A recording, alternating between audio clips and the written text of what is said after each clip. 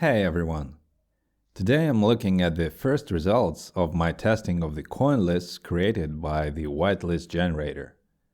A quick reminder of the whole premise.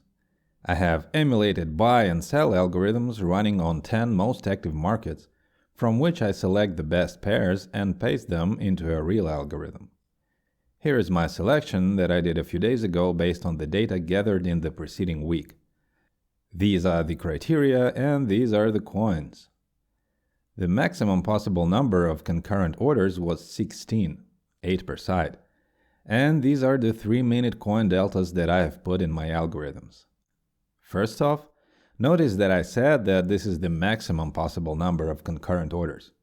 Well, in reality, due to the fact that I have filters by coin deltas, the real number of concurrent orders was actually about 5 or 6. So, for all the orders to be active at the same time, all the coins must be within the specified range all at the same time, plus the Bitcoin must be within the specified range. Apparently, these things don't align all that often. The conclusion I'm drawing from this is that if I continue to use a similar setup of coin delta filters, I can actually increase the number of coins in each algorithm without hindering the performance. Maybe I can at least double the number of coins. The downside of that, of course, is that if it so happens that the markets align in a way where all or most of the coins are within the specified range, I may get an API ban from the exchange, or the performance could suffer. Speaking of performance, remember a few videos ago I analyzed the duration of open positions and promised to watch them from now on? Well, let's watch them. Before I show you the overall results of trading, let's check out the exceptions, where the position remained open for more than 4 seconds. I've got 2 of these, 13 seconds and 6 seconds. I've looked at both of them on a graph, and these are actually legitimate. These are not due to performance or latency issues, but actually the price of the coin really did hover between the take profit and the stop loss for that amount of time, so no problems here. Now let's look at those overall results. First, the good news. I got 13 trades, of which 12 were profits and 1 loss. This means that we have a really great profit-to-loss ratio of 12. Now for the bad news. That 1 loss turned out to be a huge one, losing me 3.3% in ROE for a total of minus 0.8 USDT. For a loss of this magnitude, I should have at least 19 or 20 profits, and I have only 12. Hence, the overall P&L is minus 0.3 USDT, and the ROE is minus 1.2%. The numbers are so small for the USDT part because I use small order sizes for now. So yeah, in the grand scheme of things, the balance is still 188. I also intended to look individually at losses to figure out what I could have done to prevent them. Well, let's see if there are any special circumstances about that losing trade. Here we've got the exact 2-shot scenario that I was talking about in the previous video from a theoretical basis. The position was open during the first shot, and then the second shot squeezed the 0.6% stop loss up to 3% loss. Number 1. Here we have one of those cases where the stop loss delay of 1 second potentially made things worse. An immediate stop loss would have been filled at not more than 1.7%, somewhere here. Secondly, in theory I was trying to prevent this type of thing from happening by using a 3-minute coin delta filter. So let's see what value would have been helpful. At the trigger point, the delta was 0.762%. That's pretty high. I wouldn't say that the price was very flat. So in this case, the general premise backfired. So let's see what the results would have been if I set the minimum delta at, let's say, 0.8%, which could have prevented me from entering this losing position. Well, let's take a look. I would have had only 7 trades instead of 13, but the overall ROE would have been 1.2% with a P&L of 0.3 USDT. That is actually much better. So, now other than this unfortunate loss, what would I have missed with those delta filter settings? It is easier to see on this dashboard. So let's deselect anything above 0.8 in 3-minute delta. I would have missed 6 trades, 1 on the buy side and 5 on the sell side.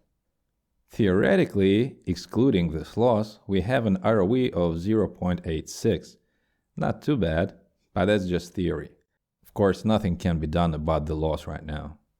So above and below this particular coin delta value, we're good so far, which is not particularly convenient. I mean, having a badly performing range right in the middle of the whole thing. Same with the coin 1 hour range. The loss also sits quite comfortably in the middle of the total variety of ranges. Same with other criteria here.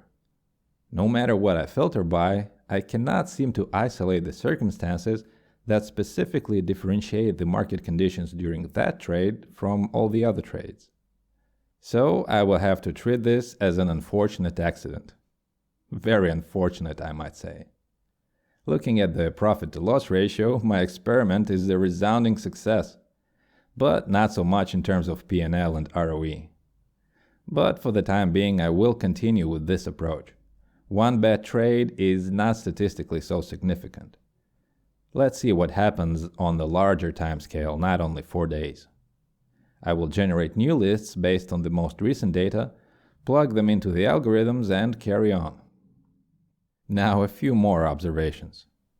Of the 12 unique coins that I had in my real algorithm and that had been active in the prior week, I have trades on only 2 of them in real life.